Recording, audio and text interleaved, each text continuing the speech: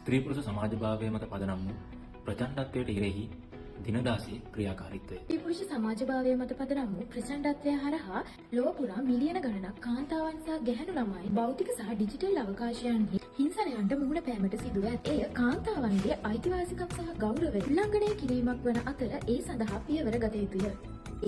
සමාජ මාධ්‍යයේ අපි කරන හැම දෙයකින්ම, අපි සර්ච් කරන හැම දෙයකින්ම, අපි කියවන හැම දෙයකින්ම, අපි පෝස්ට් කරන හැම දෙයකින්ම අපිට පුළුවන් ඇව ආරක්ෂා කරන්න, ඇව බලගන්නවන්න, ඒ වගේම ඇයව නගා සිටවන්න. ඔබ සමාජ මාධ්‍යයට මුදාහරින කමෙන්ටුවකින්, එහෙමත් නැත්නම් ඔබ ෂෙයා කරන පෝස්ට් එකකින් සමහර විට ඇගේ ජීවිතයේ ආරක්ෂාවේ පළවෙනි පියවර තියෙන්නට පුළුවන්.